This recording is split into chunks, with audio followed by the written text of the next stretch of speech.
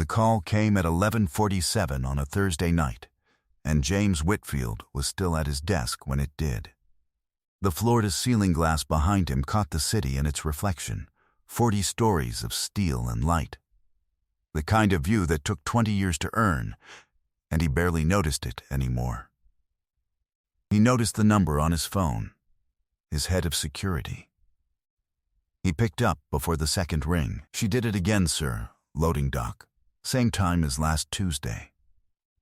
James set down his pen.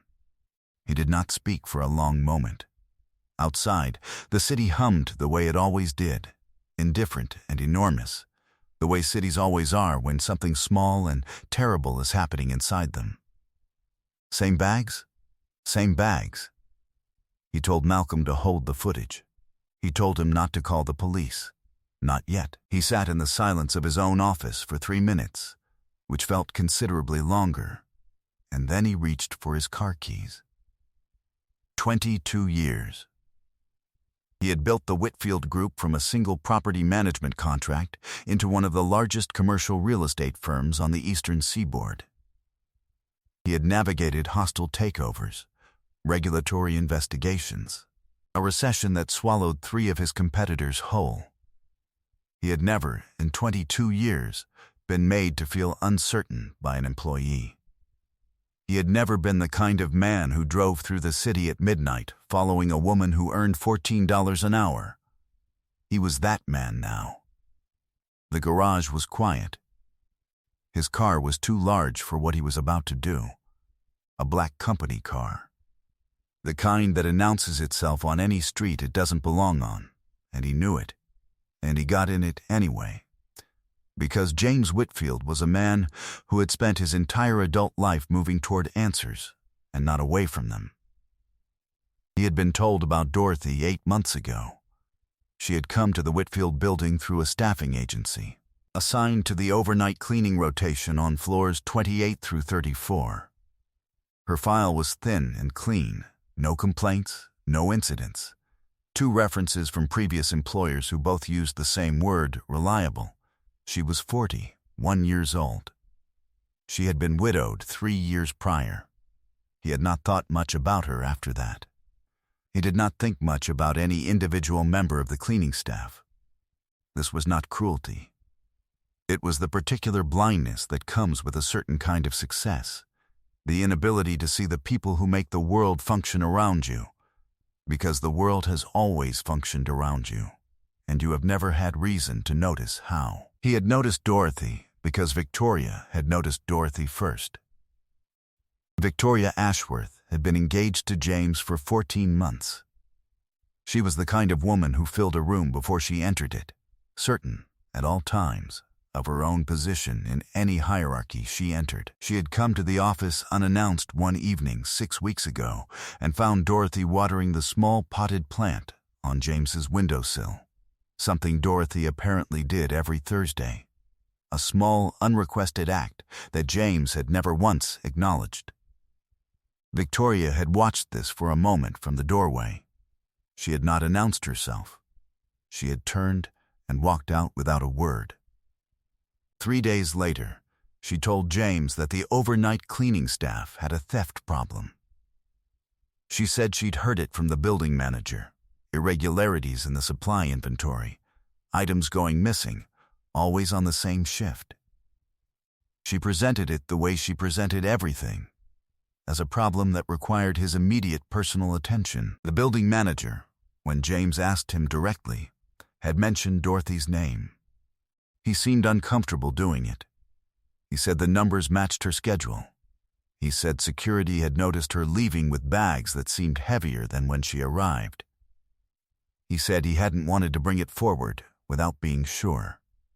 James had been sure. He had been certain, the way a man is certain when the story confirms what he already half suspected, when the evidence arrives in a form that flatters his instincts. He had asked Malcolm to pull the footage.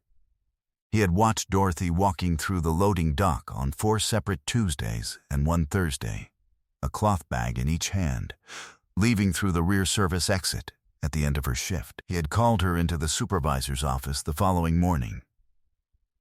had not done it gently. He had done it in front of the building manager, the head housekeeper, two members of the day cleaning staff who happened to be in the corridor, and Victoria, who had arrived at the building that morning without any particular explanation and was standing near the reception desk when the conversation began. He told Dorothy what he had seen.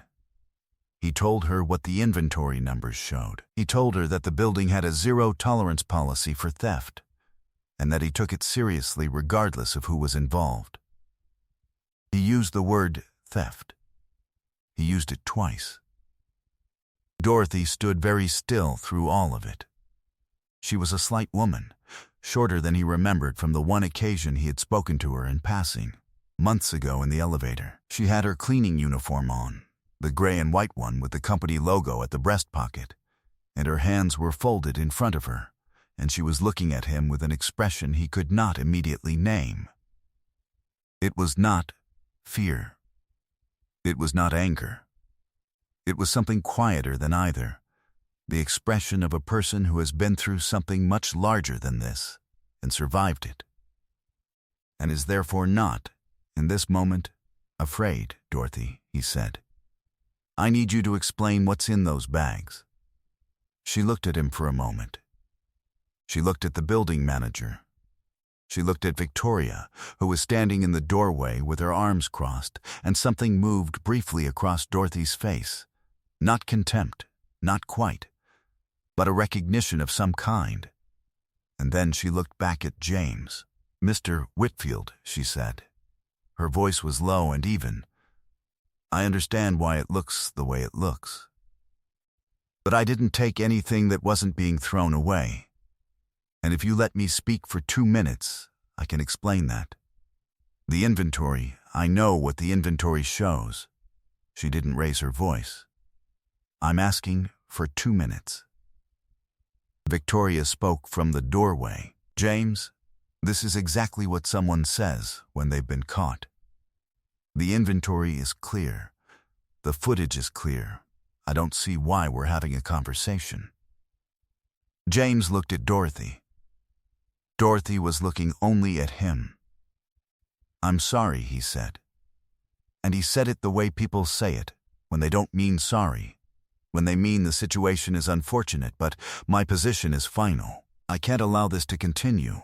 Your access card will be deactivated by end of day. If you'd like to contest the decision formally, HR can provide you with the process. The room was very quiet. Dorothy unfolded her hands.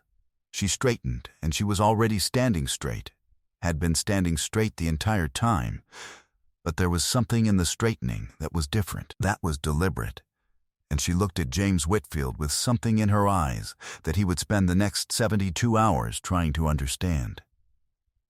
You can review everything I've ever taken out of this building, Mr. Whitfield, she said. Every bag, every item.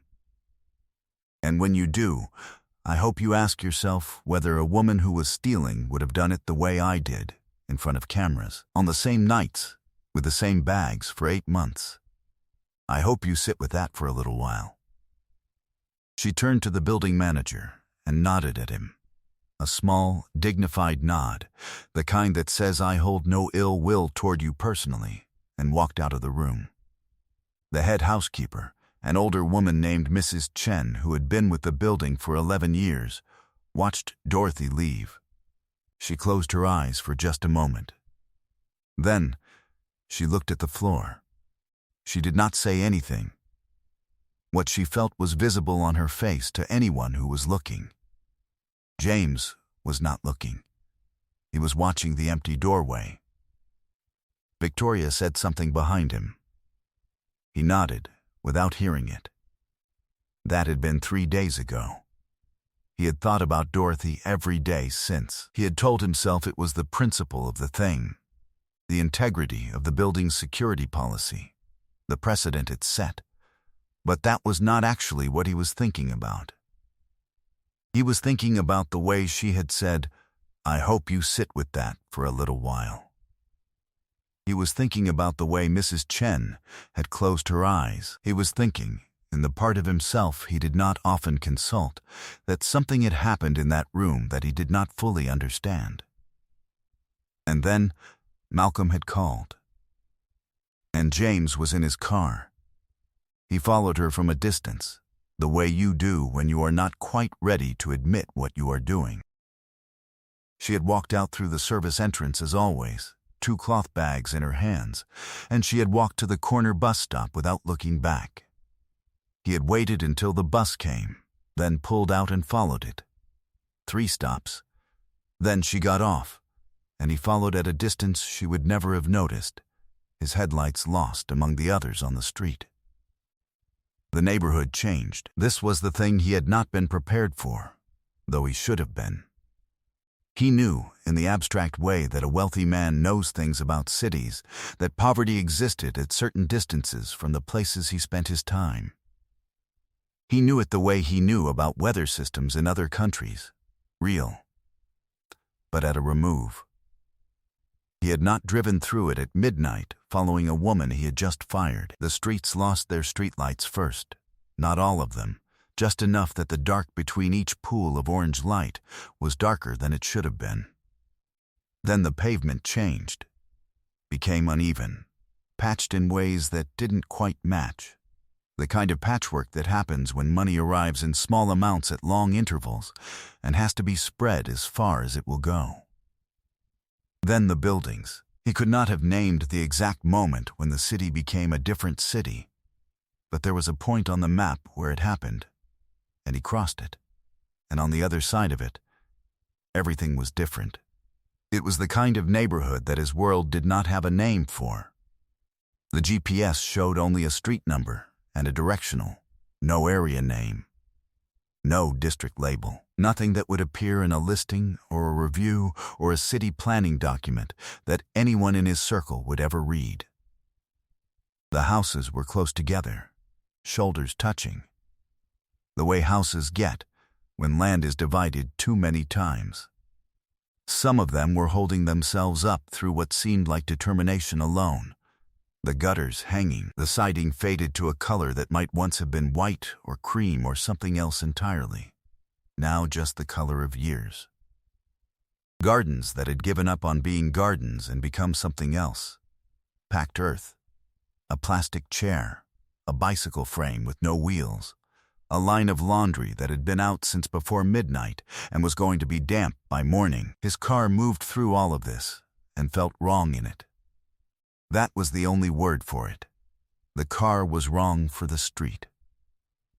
He was wrong for the street. He had spent 22 years in places that were built specifically for people like him, and he had forgotten, or perhaps he had never known, what it felt like to be in a place that was built for people who had to make do. He felt the wrongness of it physically, the way you feel a temperature change moving through a doorway, the way you feel altitude shift in your ears. Something in him that had been very confident and very comfortable for a very long time was sitting quietly in the back of the car, not saying anything, waiting. She walked without hurrying. Her shoulders were back. The bags in her hands were heavy. He could see that from the angle of her arms, from the way she shifted slightly with each step, not struggling, just compensating. The way someone compensates for a weight they carry every day and have stopped noticing. The street was quiet enough that he could hear her footsteps. He had stopped the car and let her walk ahead, following at a distance she would never have noticed, his headlights off, coasting. She turned off the main road and onto a side street he would not have been able to find again. He stopped the car at the corner and watched her walk. She did not slow down. She did not hesitate. She walked the way a person walks when they are walking toward something, not away from anything, purposeful, straight at home. She stopped in front of a building at the end of the block. He sat in the car and looked at it. It was a single-story house, or had been once. The roof was intact, but the front porch had partially given way, the boards rotted through at one corner, propped up with what looked like cinder blocks. The windows were covered on the inside with what might have been curtains, or might have been cardboard. He couldn't tell in the dark. One window on the left side showed a dim light, the kind of light a single lamp produces in a large room. The front door had a new lock on it. That was the thing that struck him. Everything else about the building was old and worn and tired, and the lock on the door was bright and new. The kind of lock you buy when the other one is the only thing standing between what's inside and everything outside, and you want to be sure. Dorothy reached into her bag. She took out a key. She opened the door. He got out of the car. He moved slowly, the way you move when you are not sure what you are doing, when your body is ahead of your understanding. The street was quiet. One other light on in one other building, halfway down. A dog somewhere. The sound of the city, muffled and distant, like something heard through water.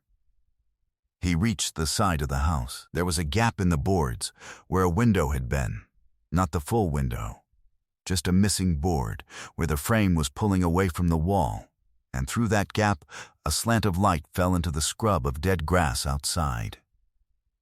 He heard her before he saw her. Not her voice. A child's voice. "Mom, Mom, you're home." Small, 6, maybe 7 years old. The kind of voice that hasn't learned yet that some things shouldn't be said out loud, that some things are private. The kind of voice that says exactly what it means. Then another voice, slightly older. "We waited up. Oliver said we shouldn't, but I said you'd be back before midnight." And Dorothy's voice, low and warm.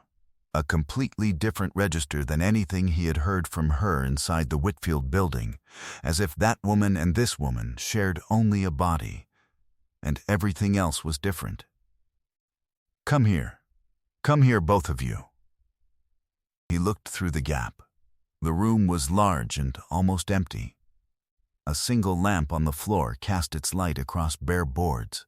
3 folding cots along one wall, the kind you find in church basements and emergency shelters, with blankets on them that had been arranged with great care. A card table with 2 chairs. A small camp stove on the floor with a pot on it that still had steam coming off it, whatever had been cooked earlier, kept warm. On the table, a row of small objects arranged precisely. A tube of antiseptic. Cotton squares, a bottle of children's ibuprofen, a box of plasters. Her bags were open on the floor beside the door. She was kneeling.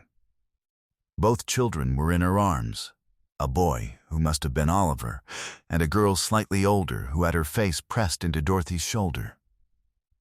Dorothy had her eyes closed. Her hands were on their backs, pressing them close. "Are you sick?" she said quietly. "Thomas, look at me. You feel warm." "It's the same one, the boy," Thomas said. It went away and came back. Okay, she was already reaching for the ibuprofen on the table, already measuring, already managing, already doing what she had apparently been doing every night after every shift, from the moment she arrived until the moment they slept. "Okay, let me see. We have what we need." James stepped back from the gap.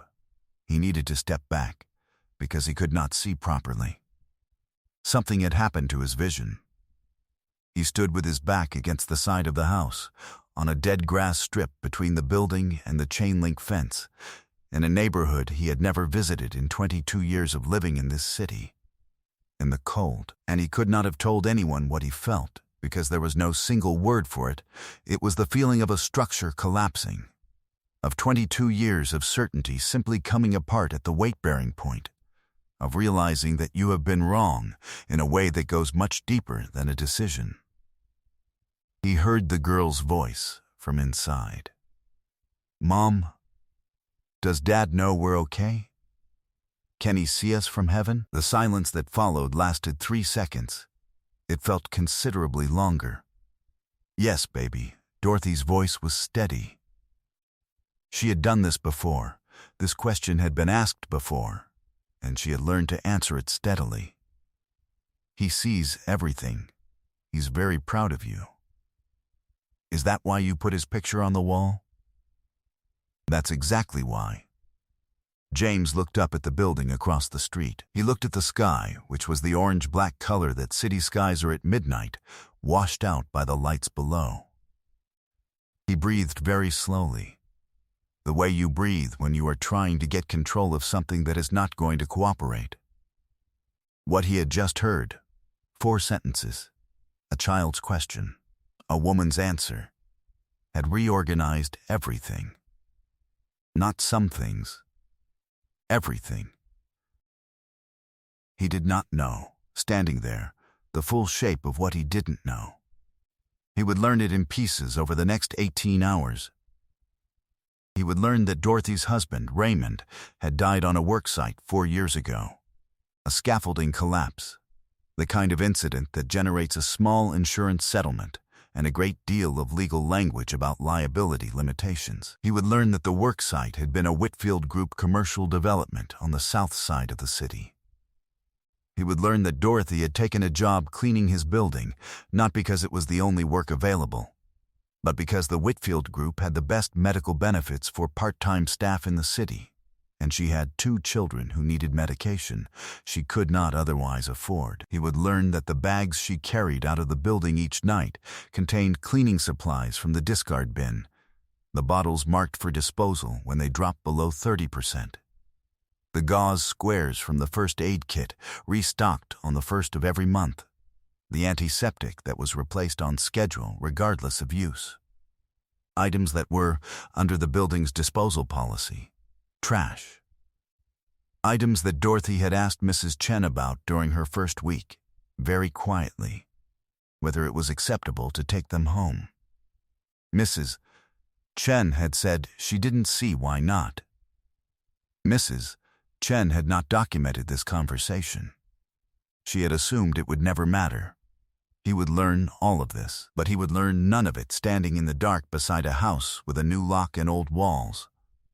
Because none of that was the thing that mattered most. What mattered most was what he had just heard through a gap in the boards, a woman keeping 3 children alive, in an abandoned house, on a cleaning salary, with disposal supplies and a camp stove and folding cots, and a level of dignity that made everything he had done in that office 3 days ago feel not just wrong, but like a different category of wrong, the kind that doesn't go away when you apologize. He walked back to his car. He sat in it for a long time. He tried to start the engine and found his hands were not entirely steady, which surprised him, because James Whitfield's hands were always steady. It was one of the things people said about him that he never showed. He sat with his hands on the wheel and the engine off and the city doing its indifferent, enormous thing around him, and he did not move for a very long time. That is what pride does. It does not announce itself. It does not arrive with fanfare.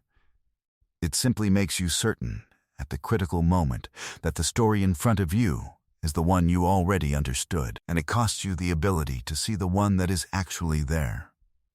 Pride had cost James Whitfield 3 days of sleep, and it had cost Dorothy Okafor something considerably harder to account for.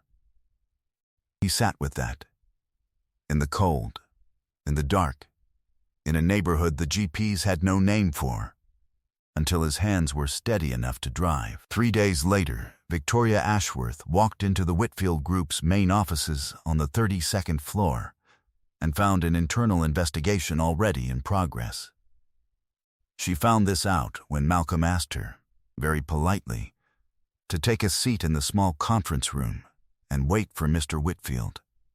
And when she asked why, he said only that Mr. Whitfield would explain. The investigation had taken 48 hours. What it found was not complicated once someone decided to look. The inventory discrepancies attributed to Dorothy's shift did not actually match her schedule when examined against the building's entry log. They matched the schedule of the supply manager responsible for tracking them. They also matched, quite precisely, the schedule of deliveries to a cleaning products reseller on the south side of the city. who had been receiving items that Victoria had asked the supply manager to divert approximately 6 months ago, when she first became concerned about the particular way Dorothy moved through James's office on Thursday evenings. The supply manager, a man named Gerald, had been told his position would be reviewed favorably if he cooperated, and unfavorably if he did not. He had cooperated with Victoria, and then, when the investigation began, with James's legal team considerably more thoroughly. Victoria sat in the small conference room for 11 minutes. She sat in the same chair where building employees sat when there was a formal disciplinary matter to be discussed. The same chair, the same room, the same building where she had stood in the doorway with her arms crossed and watched Dorothy be told she was finished.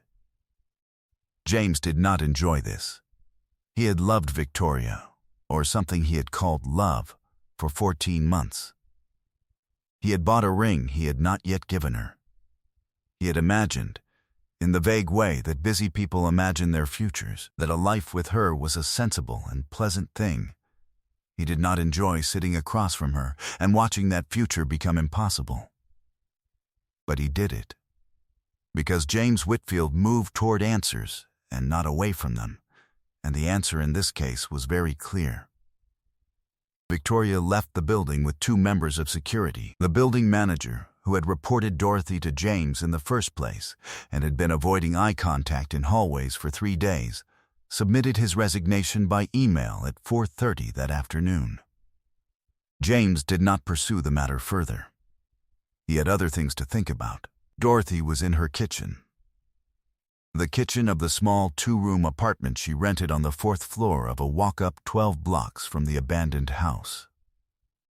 The apartment that was too small and too expensive, and that she paid for, because the house was only ever a temporary solution. Something to survive through while she saved. When the knock came at the door, she opened it. She had not expected James Whitfield. She had expected, if she was honest, nothing good from that address. James stood in the doorway of a 4th-floor walk-up with his car keys in his hand and something on his face that she recognized, because she had seen it on her husband's face once, years ago, when Raymond had come home after something had gone wrong on a job and he needed to say something true and didn't quite know how to start. "I know why you took the bags," James said. "I know about the children. I know about Raymond. I know about the worksite." Dorothy did not move. She looked at him for a long moment. "I'm not here to offer you charity," he said. "I want to be very clear about that, because I think that would be an insult to you, and I've insulted you enough. I'd like to offer you a position. A real one, with a contract and a salary that reflects what you actually do, which is considerably more than what you were being paid to do. We're establishing a worker welfare program for all contracted cleaning staff across the Whitfield portfolio. I'd like you to run it." He paused. Mrs. Chen suggested the title. She suggested director. "I think that's right." Dorothy was quiet for a moment. Behind her, from somewhere in the apartment, a child's voice said something in the particular muffled tone of someone who is trying to figure out who is at the door without being obvious about it. "The Raymond Okafor Foundation," James said. "That's what the safety initiative is called, for work site standards across all Whitfield Group development sites. It goes into the board materials next Tuesday. I want his name on it, if you'll allow it." What happened to Dorothy's face in that moment is not something that translates easily into any kind of language. It was the face of a person hearing a word they had stopped expecting to hear. A word that converts grief into something that still hurts, but hurts differently.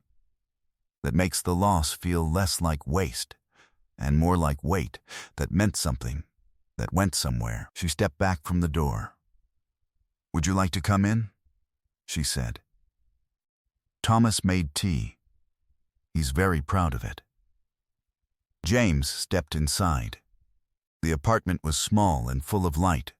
There were drawings on the walls, children's drawings, some of them very good, taped carefully at eye level as though they were in a gallery. There was a photograph on the small table near the window. A man with a wide smile and a hard hat pushed back on his head, standing on a work site, laughing at whoever had the camera. There was a plant on the windowsill. It had been recently watered. Thomas came in from the kitchen carrying 2 mugs with great concentration. He was 7 years old, and he took the tea extremely seriously. His sister, who was 9, watched from the doorway with her arms crossed in a way that was not unfriendly, just assessing. James took the mug Thomas offered him. He said thank you.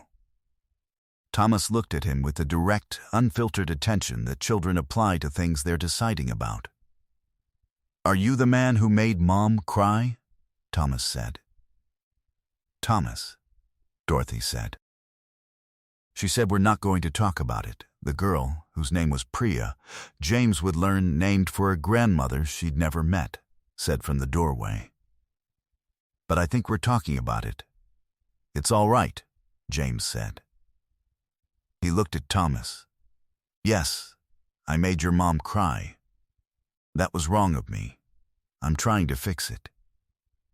Thomas considered this for a moment with the gravity of a judge evaluating testimony. Then he nodded, in the way that children nod when they've decided something is acceptable, but they're keeping a note of it. They sat in the small apartment and drank the tea, and the evening light came through the window and fell across the photograph of Raymond Okafor standing on a work site laughing, and nobody said very much. And everything that needed to be said had already been said, more or less, by the time the tea was gone. Dorothy returned to the Whitfield building 8 days later, not in a cleaning uniform, but in clothes she had chosen carefully, carrying a leather folder that Mrs. Chen had given her as a gift and refused to discuss. The lobby security guard, a man named Robert, who had always nodded at her during her night shifts, stopped mid-round when he saw her come through the main doors. "Good morning, Mrs. Okafor," he said. "Good morning, Robert," she said. She walked to the elevator. She pressed 32. She had been told the view from the 32nd floor was one of the best in the city. She had cleaned those windows every Tuesday for 8 months and never once looked through them on her own account. She looked now. The city was enormous and bright in the morning light, and somewhere out there, in a neighborhood the GPs didn't have a proper name for, there was a house with a new lock that was currently empty. Because the children were in school, and the 2 families Dorothy had been quietly sheltering were now in transitional housing arranged through the Foundation's first grant, approved by the board 4 days ago. Thomas had made tea again that morning before school. He had made it without being asked. He had set 2 cups on the table with the deliberateness of a person performing a ceremony, and he had told his mother that he thought the man who came to the door seemed like he was trying to be better. Dorothy had said yes. She had said that sometimes people try, and that when they do, you have to leave room for it. Thomas had thought about this for a long time, in the way that 7-year-olds think about things, with the full weight of their attention, unbothered by distraction. Then he had gone to school. Mrs. Chen was waiting by the conference room door. She looked at Dorothy and then away, very quickly, which was the way Mrs. Chen expressed emotion she considered too large for the workplace. She pressed Dorothy's hand once, briefly, then let go and turned back to the corridor before anyone could see her face. She had been waiting 11 years for a morning like this one. She had learned in 11 years to wait without resentment, and to recognize the right moment when it arrived, and to step aside once it had. Outside the window, a bird arrived on the narrow ledge above the 32nd floor, a small one, the kind that shouldn't have been that high up, that had no business being 40 stories above the street. It sat there for a moment in the morning sun, perfectly still, as though it had arrived from somewhere with a specific purpose and was resting before the return journey. It did not appear to notice that anything was unusual. Then it was gone, without ceremony, the way good things sometimes go, present for exactly as long as they are needed, and no longer. If you have ever worked twice as hard as everyone around you and been seen half as much, you will understand what Dorothy Okafor carried out of that building every night for 8 months. And you will understand why no camera could record it. You will understand that dignity is not something that can be taken from a person. It can only be revealed, tested, proven to be real. And you will understand, if you sit with it long enough, the thing that James Whitfield came to understand on a dead grass strip beside a house with a new lock in a neighborhood with no name, that the most powerful thing in any room is not always the most obvious one. It rarely is. Some things don't fit in any box. The best things never do. The ones worth keeping, the ones that endure, the ones that become scholarships and foundations and a child's name painted on the wall of a worksite safety office. Those are the things that were never for sale, never for taking, never in any inventory. They were carried, quietly, every night, by a woman who was stronger than the city she walked through, and who knew it, even when no one else did.